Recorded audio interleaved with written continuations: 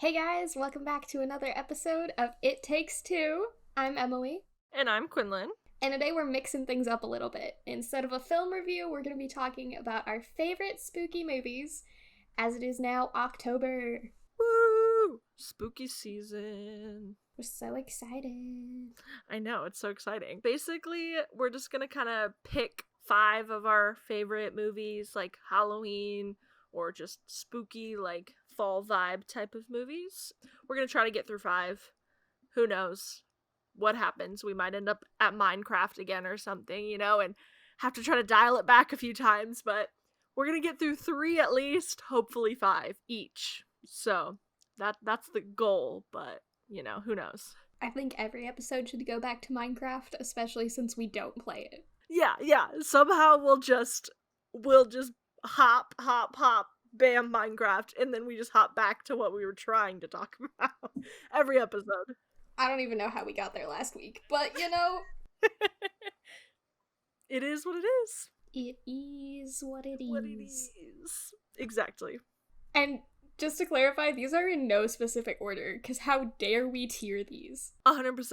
My list, so like I'm sitting at work, okay, don't tell, but trying to write this list of my favorite movies, and I've got like 15 on the list, and I'm like, I have to pick 5? That's impossible. So I say let's just get started and go with our first ones. Should I start with Hell House, LLC? Because that was something that we watched together, and we both really liked that movie. Definitely one of my top tier too. We watched the first one, and it was good. It's found footage, which is one of my favorite type of films in general. I mean, most scary movies most found footage is gonna be scary movie. I haven't really seen any other, but We need to watch Chronicle. It's the only found footage drama I've ever seen. Okay, yeah, see, I haven't seen anything other than scary movies in the found footage style. So, basically, these old friends, 5 of them, I believe, start a haunted house in an old abandoned hotel. They do a haunted house every year, but this year they decided to step up their game and rent out an old abandoned, supposedly haunted hotel and create their own haunted house. So, very spooky, very good.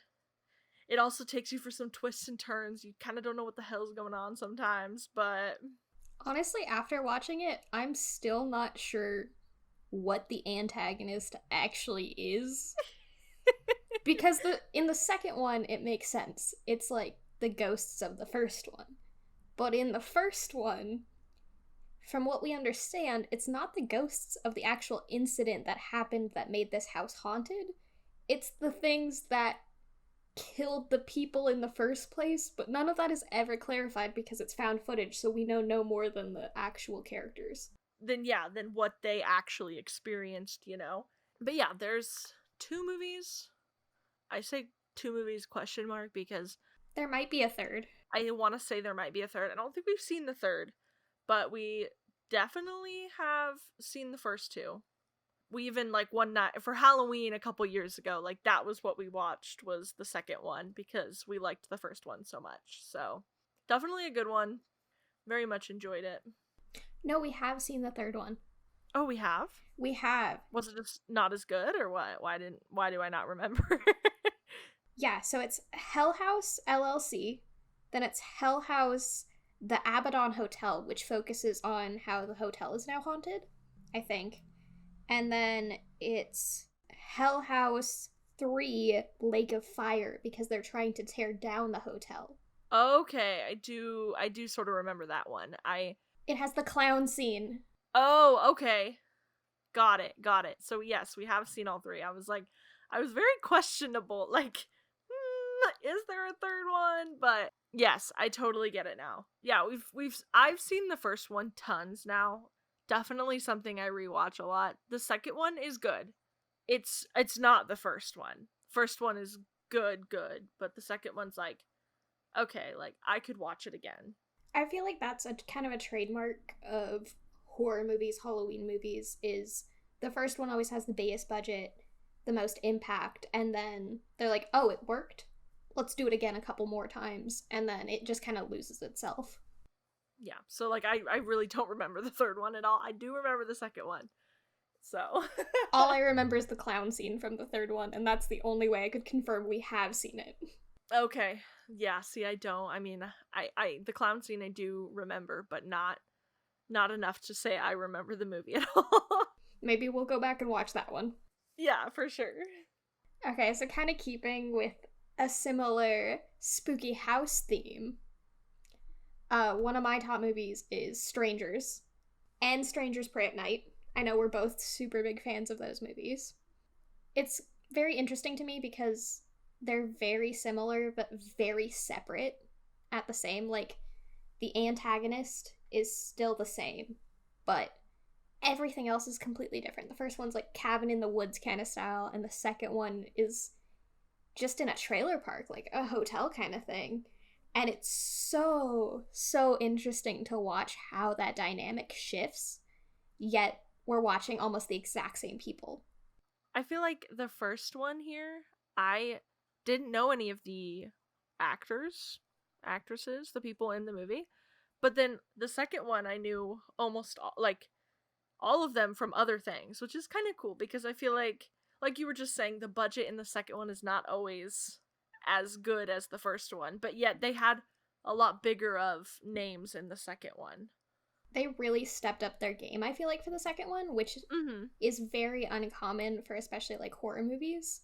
Because the first one was very much like single location, it's one house, one night kind of thing, versus like they had to get a whole trailer park, a pool, stunt team, like everything like that.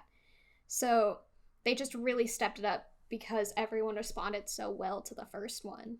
Yeah, I mean, it's a crazy movie. Like, it's one of those very hyper realistic ones. Like, it's a couple at a house, and it's not even their house.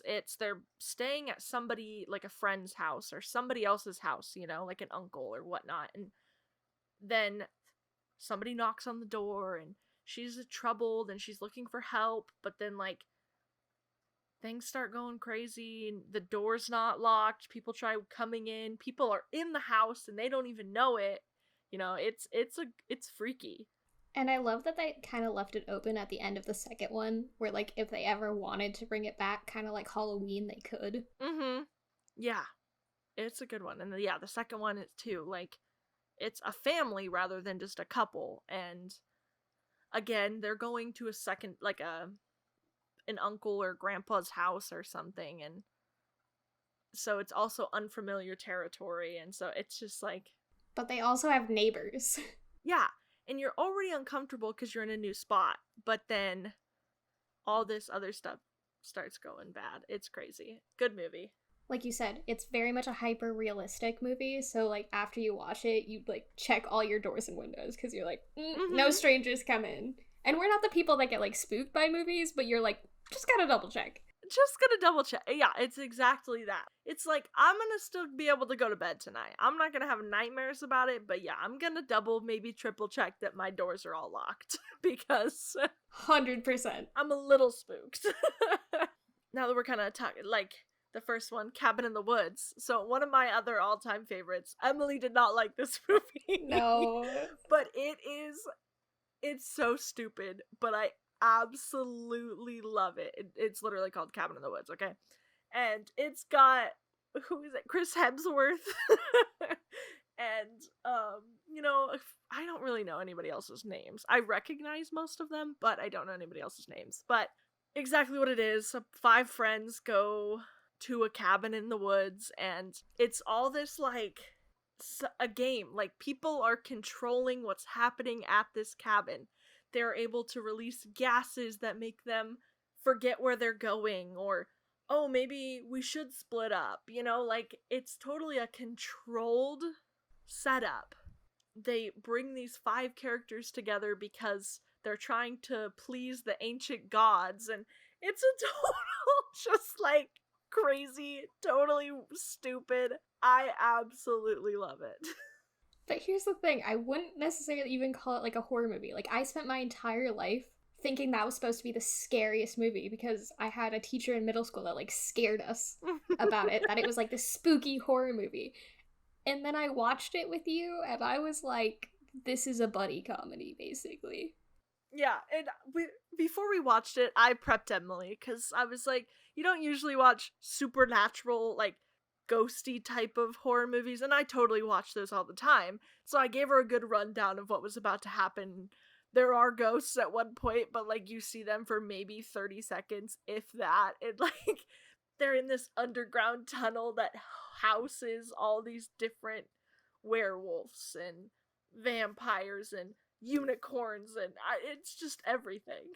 It's like if you made Supernatural a comedy and then made it happen in about an hour and a half, the entire 15 seasons. That's what you'd get. Oh, but it's run by the government. But it's run by the government because they're trying to appease the gods. And I think it's funny because you get this, like, Inception scene at the end of the movie where they're like, we had to have the Joker, and we had to have the jock, and we had to have the dumb blonde, and we had to have the virgin, and, you know, like, very typical tropes that you see in every horror movie, but they totally, like, talk about it and call it out, and they're like, we specifically made this girl go dye her hair blonde so that she could play the dumb blonde. And they're like, the girl's like, but I'm not a virgin, and they're like, well, we do with what we got, you know? Like,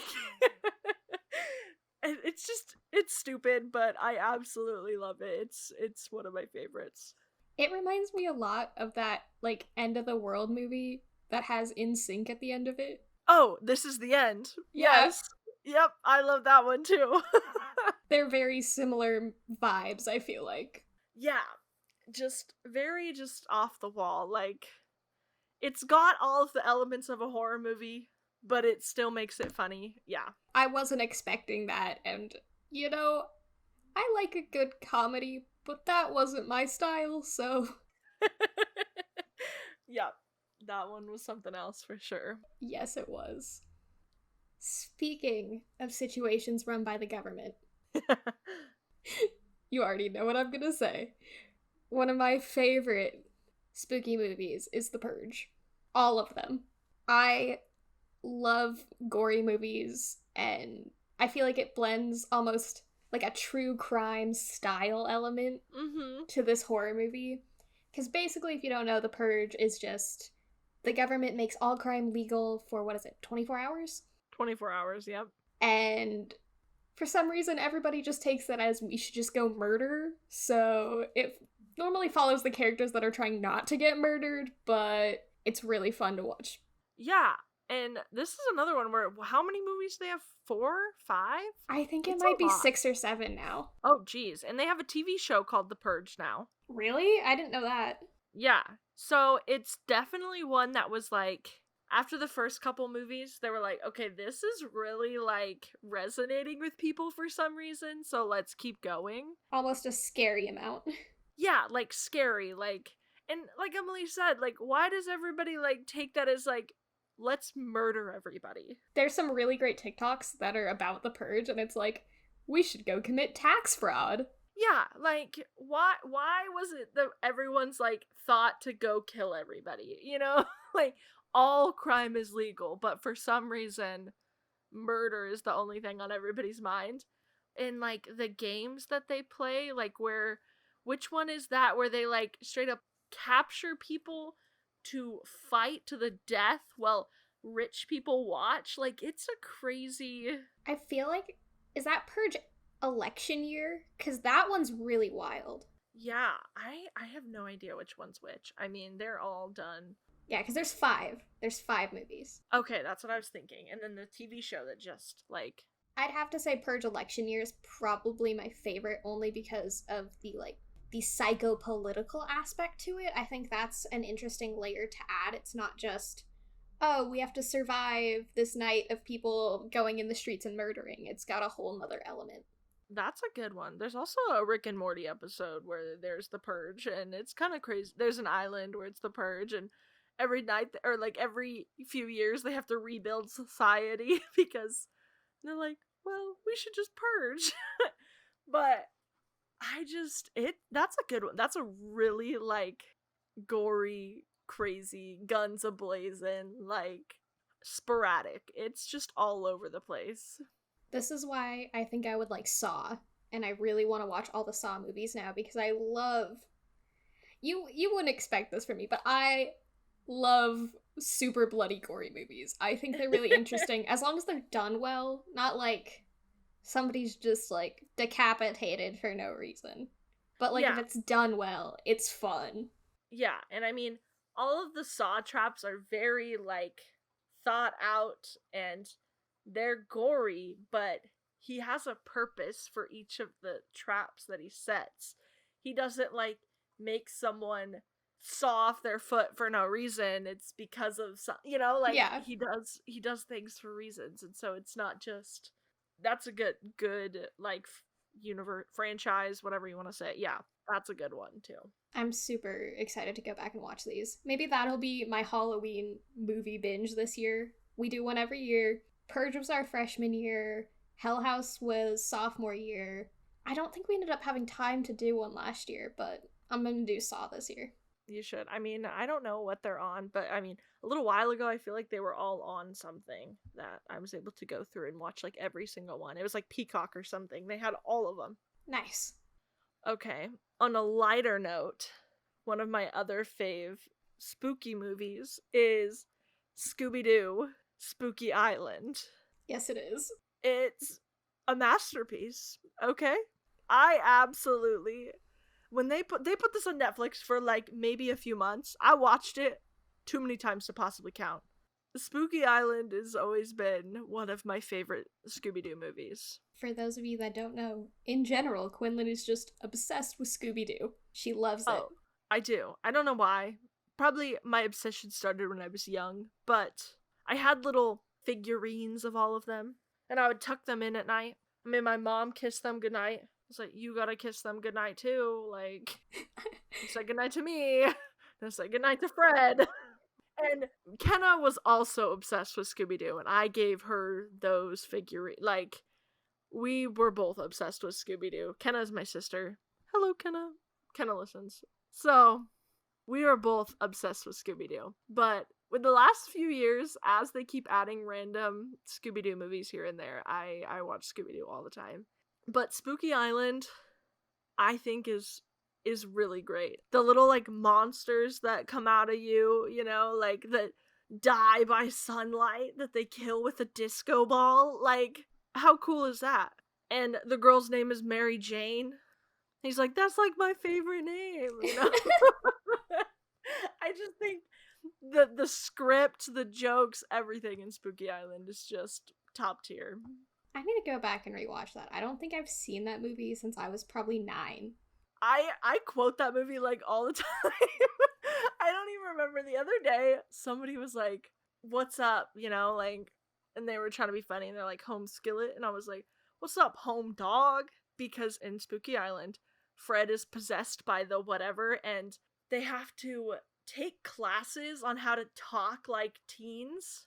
And so, like, they're like, yo, what's up, home dog? And they're like trying to talk like a teen would talk, or like a young adult. And so it's, I don't know, he says that and then he's saying it to Shaggy, but he's also with Scooby, and he's like, yo, what's up, home dog? And he's like, and dog?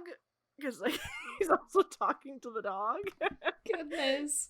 Yeah, because when they like it's not possessed. Their like soul gets ripped out of them is what happens.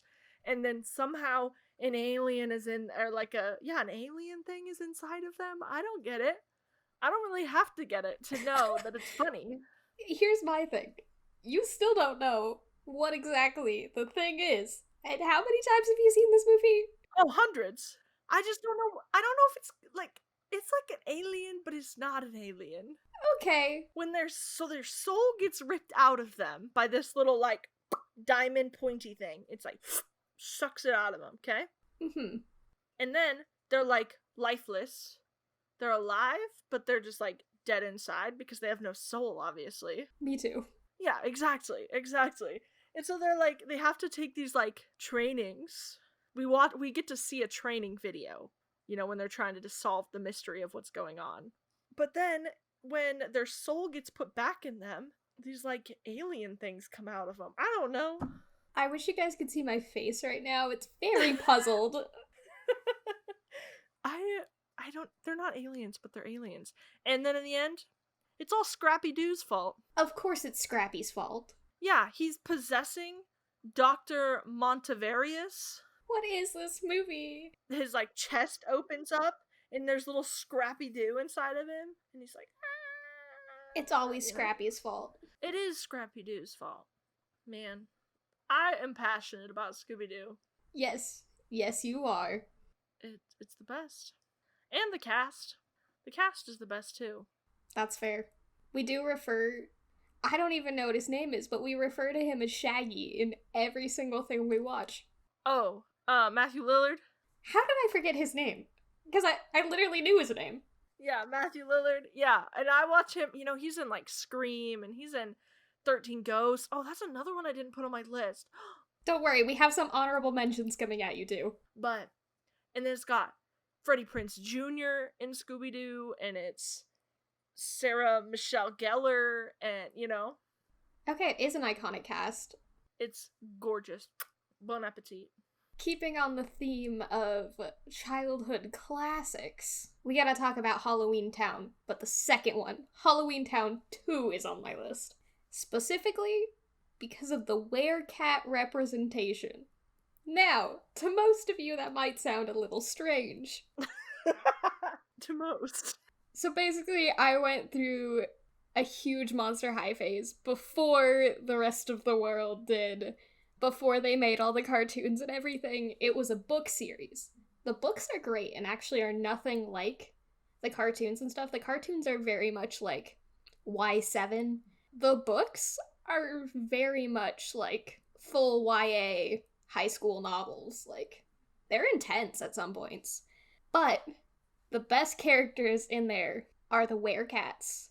No one sees werecats in any media, and you know what? They're in, like, one scene of Halloweentown 2, so it will always be on my list. The movie's great, don't get me wrong. The movie's great, but it's the werecats for me. I ain't even gonna lie, I think I've seen Halloweentown maybe once. Never the second one. And I'm from Halloweentown. I literally, there's so many people. So I'm from St. Helens, where Twilight and Halloweentown were filmed. Marnie, whatever her name is, she, like, comes to St. Helens for the last, like, 5 years, and, like, we'll get, like, 30,000 tourists that come just to visit because Halloweentown is there, and, like, they have the pumpkin out, and they have the cab, like, the car. It's pretty crazy, and I've never watched it. I've seen the first one once when I was really little, and I didn't even know that I was in Halloweentown when I watched it, you know, but... That's crazy to think of that many people, though, in St. Helens, because it's not very big. Oh, no, it's not. I don't even know how big the population is, but it's not big. It's also kind of wild to me, because I think she actually ended up marrying the guy from Halloweentown. Yeah, I've seen her on TikTok. Her and the dude got married. They didn't talk for, like, 15 years or something, and then they just, like, met up again and were like, oh, I love you. Oh, I love you. I mean, it was a little more than that, but, you know, simplification. So every year, there's, like, crazy amounts of tourists that come, to St. Helens because of she comes to town and, like, does some sort of meet and greet, something or another, whatnot. I really want freaking the Twilight cast to come, because that would be cool. I don't care about Halloweentown. You literally grew up, like, one street over from Bella's house.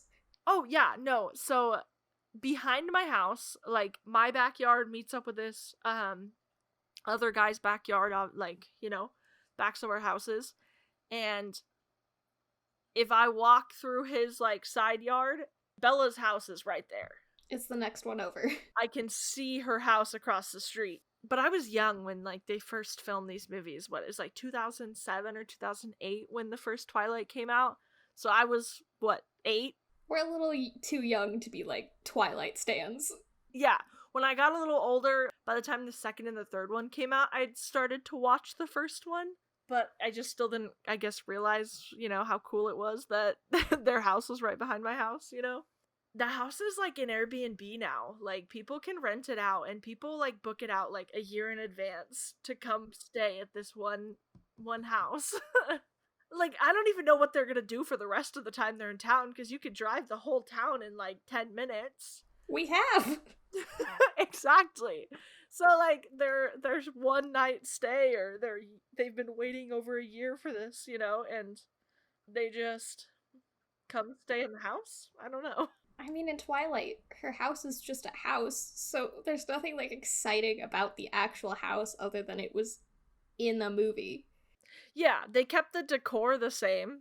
So like you're sleeping on the same like bedding that she sleeps on, type of thing, or I don't know. It's nothing like crazy cool. Like the alleyway that the movie was filmed in, I literally was going down that alleyway when I was like 9. And like I didn't even know it was part of that movie until a whole lot later. That's hilarious. Yep, Halloweentown and Twilight. The spooky was just born into you. It was. It was there. It was there. I didn't have to do anything. It was just boom. Speaking of semi-famous houses, also on my list is It, which I know it's about a clown, but everything scary actually happens in that house, I feel like. And I love that movie. And I honestly don't think it's that scary, but it's really well done. The only thing that gets me is when it, like, resets all of its bones and all the cracking happens. Yeah. I gag a little bit every time. But that's the only thing that gets me in that movie. But just the first one. I don't think the second one's as good. For my birthday, it came out, the first one, chapter 1 and chapter 2 came out, like, the day after my birthday, a couple years apart or whatnot, And so for my birthday, that's what I did. I love those movies. That is on my list that didn't quite make my top 10 or top 5 or whatnot. I absolutely love it. I watched the first one, like the original It, way too young. Scarred me for life. Thanks, Grandma. Is it the dead one from last week? No. It's the other one. We're terrible people. Oh yeah, 100%. It's okay. But basically, I remember it, like, I was like 3 when I watched this movie. And like one day I was just like afraid of shower drains, and my mom's like, why? And I'm like, they're scary. She's like, why? I just came home with a brand new fear of shower drains, and she's just like, tell me what's happening. Like, I watched this clown movie. You just came home as a toddler and were like, no showers, no shower drains, too Never scary. Again. She's like, no. What on earth could have made you scared of a shower drain? Yeah, and my mom isn't like a scary movie person either, so I don't even know if like she had seen the movie or anything. But once I said like there was a clown, she was like, are you kidding me? Your grandma let you watch that? And I'm like, no. Trying to cover for grandma, but thanks, Grandma, giving us lifelong traumas. Yeah, exactly. No, but now I absolutely love it. I mean, the original, the first and second one, I just remember watching it and then seeing how it dies. Like when they're, I just think, I don't know, it was a good movie. I've tried to read the book, but I can't. It gets really weird. It gets really graphic. Yeah. And it's a hella long. Like, I read a lot, but I cannot do that one. It is way too long. And you love Stephen King, so that's saying something. Yeah, I love a lot of his books, and that one is it's just too much. I mean, I'm glad with the way that they did the movies, because you get a lot, but they were able to, like, omit some of the bad stuff, Yeah, like, we can't even say that, I don't think, because it's too bad. Yeah, exactly. I mean, if you know, right? Like, it's too explicit what is described about children. So it's a little too much. But I definitely, I think they did the movies. The movies were good, for sure. I do like the second one. I just don't think it's as good, but I know it really does follow the book a lot. I just think it's not as scary and a lot cheesier, especially like how he dies. Yeah, exactly. I think that's, yeah, I totally see the cheesy part of it. The first one was definitely a lot scarier. I think they relied on jump scare type of boo scares with the second one a lot more. Yeah. And I'm not a fan of that in horror movies. Like, I think you should be able to scare me without hurting my ears, making me jump type of scared, you know? Like, I should be scared the entire movie. It should be like a feeling, not, oh no, something literally jumped at me to cause me to scream. My TV speakers are about to blow because I had to turn the volume up because it was so quiet, and then boom! Yeah, it's like, I have no eardrums anymore. I wasn't scared, I just don't have eardrums. Yeah, exactly. And I think the second one doesn't do as it should have with that. Yeah, they relied a lot more on the jump scares. So, thinking of jump scares, another movie on my list is The Conjuring. When I'm saying that, I'm also meaning like the whole universe, including the first and second one and The Nun specifically. Me and my sister went and saw The Nun in at the drive-in, actually, okay? There was a big jump scare. You know how you're in your car too, so like the speakers are like a surround sound. It's dark. You're sitting in a little car, you know, we're like in my Prius, I think. And The Nun has a couple, like maybe one or two like jump scares. I haven't seen The Nun as much as I would like. I've seen the first and second Conjuring a whole bunch, but I haven't seen The Nun as much. But I do remember that there was one really big jump scare, and my sister got so scared that she started punching the ceiling of the car in the airbag in front of her. She was just like, ah, like screaming. And she's like, oh, you shit a brick. Shit a brick. I'm like, what does that mean? And she's like, I don't know. I'm just scared. It literally made no sense. Like, it was like The Nun like popped up and was like, boo. And we were like, so she just started punching stuff and we're like in the car. And I was like, dude, chill. But the rest of the Conjuring movies I have, or so the first and the second one, Annabelle is also in that mix. I have not seen the Annabelle movies as much as I've seen the Conjurings. The second Conjuring was a good favorite of my sister and my brother and me. Like, we watched that one quite a bit. Like, I don't know what to say about them besides that, you know, I just liked them. They were scary. It takes a lot to like freak me out, but they got some spooky ghosts in those ones. And this is why I will never watch these movies. To me, it's the equivalent of like, you couldn't pay me to play with a Ouija board, and in my brain, same difference. I don't need to mess with that. One time I tried to play with the Ouija board. That makes perfect sense that you did. Yeah, me and my sister and her friends, we were like, let's play with the Ouija board. Maybe my brother was there, maybe he wasn't. I don't know. We got some Jesus candles. We went up in the attic and we had a Ouija board, but we got too spooked to do anything with it. Good, as you should. You don't need to be messing with that. No, we were like in the attic. I was like, dude, and I was like, I'm the oldest, and so I don't know why I thought this was a good idea for like me and a bunch of children to be playing with a Ouija board in the attic. Literally, people that are just like okay with that, they scare me. Yeah, it was like a game. Like, it came from a box, like a game box. Or Have something. you seen that meme? I don't know. It's something of like, you can't buy this until you're 18, but you can summon the devil at 12. Yes, yeah, okay. So it was like some sort of board game that had like a Ouija board in it. And I don't know, we decided we would go up in the attic. It was like a crawl space attic. We had some like dollar store Jesus candles. I don't know if you've ever seen those where they're like the tall, like They actually have Jesus like, on them. Yeah, it was just like, or they got different saints on them. So we had a few of those and we went up. That was gonna save us. Yeah, no, it was funny. But that was The Conjuring. That was one of our spooky movies that, like, I don't know what it was, but there's a couple parts in it that always, like, made us laugh. Like, the little girl, like, the way she was like, my name's Bill Wilkins, and she says it all, like, creepy. What? And we would always make fun of that. This little girl is, like, they can't decide if she's pretending to be possessed or if she's actually possessed or what's going on, you know?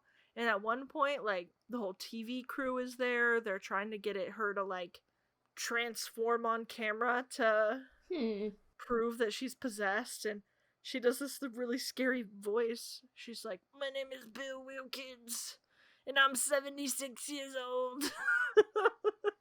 Good. Just good. Yeah, she's like, "I died in that chair over there." I don't know.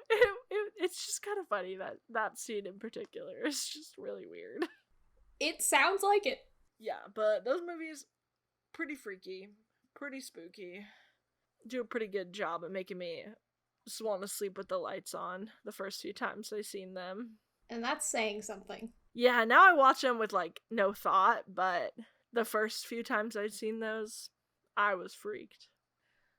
Another movie that I definitely wanted to sleep with the lights on the first few times I saw them was The Blair Witch. The original one, the one that came out in 1999. I've seen the second one, it's not good. It's more of like I watch it because it's bad type of thing, but the original one is good. I'll tell you why the second one's bad is because it came out in 2016 and it picks up like it was months after the first one came out. That's weird. Even though we're 17 years later, they pretend like time has only passed by 3 months, maybe. But, like, they can't have any of the same, like, actors or anything. Which is fine, because basically they're trying to hunt down all the 3 people that originally went into the woods. He's saying it's his sister that went out there. But the technology doesn't line up either, because, like, they're using big giant cameras in the 1990s.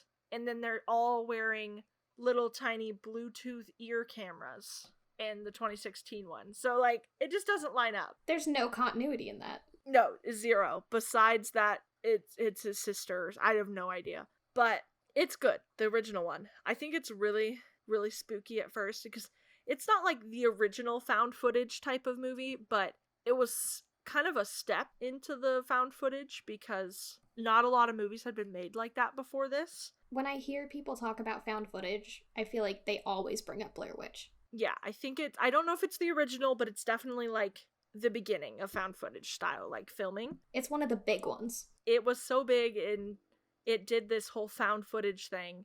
People were convinced that this movie was real. Wow. When it first came out, people thought that this was not a movie, that 3 people actually went into the woods to figure out this urban legend thing, and that they actually disappeared. And their marketing knew that. They, like, played off of this. Like, we talked about this, I want to say, in a couple different classes. Like, one of my pop culture classes that I took, we definitely talked about this. But then marketing as well, probably a marketing course too. But they really played into that people thought this was a real thing that happened, that these 3 people got lost in the woods and nobody ever found them. And it's good. It's creepy. And, like, you never see the antagonist. You never see, like, the ghost or the actual Blair Witch, you know? These people just start, like, losing their minds and are literally going psycho, and you, like, never see it. It's still that freaky. That's so weird. Because, like, I've never seen this one either. But you know what deserves an honorable mention off of this film that's not even its own thing? What? Ghost Facers. Oh, Ghost Facers. Yes. Because I feel like that's just this. Like, they have a Blair Witch episode, so... Exactly, yeah. So for the final movie of our 2 lists, I have Run, Sweetheart, Run. Now, probably none of you have ever heard of this movie, because it has not officially come out yet. Ooh. So this is also us plugging a future episode to come. I got to see this in 2020 when I was in Sundance. I got to see the world premiere of it. It is one of the best horror movies I have ever seen. And it does feminism in a way that you would never, like, expect. Like, it's in your face, but not, like, thrown in your face. And it makes a ton of sense, but it's just crazy because it breaks the 4th wall in a way I've never seen. It has this whole feminist element to it, and it's so spooky. So I cannot wait for us to review it. It comes out officially on October 28th, and that night we will be watching and recording a little movie review of this, and I'm so excited for you guys to be able to go watch it. I'm super excited too. I know, I've been talking about this movie for 2 years and waiting for it to come out. Yeah. I mean, like, obviously after hearing us talk about all these scary movies, we've seen a decent amount of scary movies combined, but this is what I'm definitely looking forward to. It's just super exciting. I'm super excited.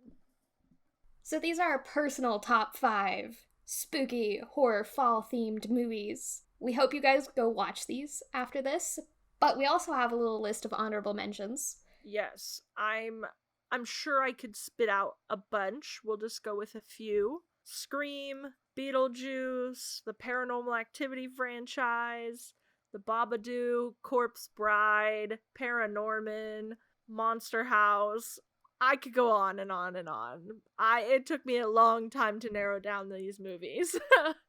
Quinlan is the authority on spooky movies. I love them, but Quinlan understands them like no other human. Oh, I just thought of 2 more.